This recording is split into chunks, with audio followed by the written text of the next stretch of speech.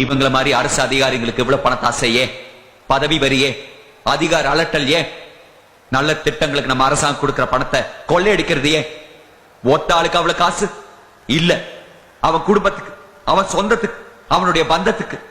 அடிச்ச கொள்ளையில ஆடம்பர வாழ்க்கை, பெரிய இடத்து சம்பந்தம், பிறந்த நாள் கொண்டாட்டம், அப்பனுக்கு அமெரிக்க மருத்துவம், அம்மாவுக்கு 5-6 பங்களா, தம்பிக்கு எஸ்டேட், தங்கைக்கு ஒட்டியானம், மச்சினுக்கு வீடு, மைத்துனனுக்கு லாரி, சின்ன வீடு, 5 ஸ்டார் ஹோட்டல், பிஸ்கி பாட்டில், விபச்சார பெண்கள். இதுக்காக தான் திருடுறான்.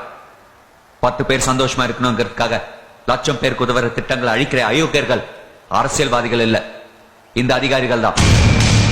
இனிமே இந்த மாதிரி கொடுமைகள் நடக்காம தடுக்கணும்னா, எதிர்காலத்துல எந்த அதிகாரியும் தப்பு பண்ணணும்னு மனசால கூட நினைக்காம இருக்கணும்னா, இந்த டிஜிபி, இந்த நீதிபதி, இவர்களின் பதவிகள் பறிக்கப்பட வேண்டும். பணம், பங்களா, நிலம், வாகனம்னு இவர்கள் கிட்ட இருக்கிற அத்தனை சொத்துக்களையும் பறிமுதல் செய்ய வேண்டும்.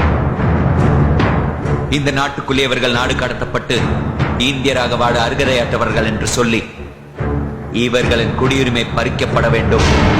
இவர்களுடைய மனைவி, தாய், தகப்பன், மாமன், மாமி, மகன், மகள், சித்தப்பன், பெரியப்பன், பேரன், பேத்தி, இவர்களுக்கு பெண் கொடுத்தோர், பெண் எடுத்தோர், பிள்ளைக்கு பெண் கொடுத்த வேட்டகத்தார், அவர்களுக்கு பெண் கொடுத்தோர் என்று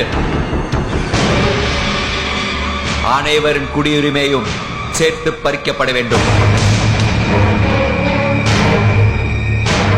ஊழல் பணத்தில் இவர் பிள்ளைகள் பெற்ற பட்டங்களும் பறிமுதல் செய்ய வேண்டும். இது அதிகார வர்க்கத்துக்கு ஒரு எச்சரிக்கை.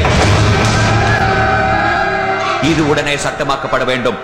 இந்த தண்டனை ஒட்டுமொத்தமாக நிறைவேற்றப்பட வேண்டும். The citizenship of all the accused and their relatives should be cancelled immediately without mercy. Mr. Citizen, இவங்க செஞ்ச தப்புக்கு தண்டனை கொடுக்கிறது நியாயம். அவங்க குடும்பத்தாருக்கும் அதே தண்டனை கொடுக்க சொல்றீங்களே, இது எந்த விதத்துல நியாயம்? இந்த நாடு நல்லா இருக்கணுங்கிறதுக்காக அத்திப்பட்டி அழிஞ்சதா நான் நினைச்சுக்கிறேன்.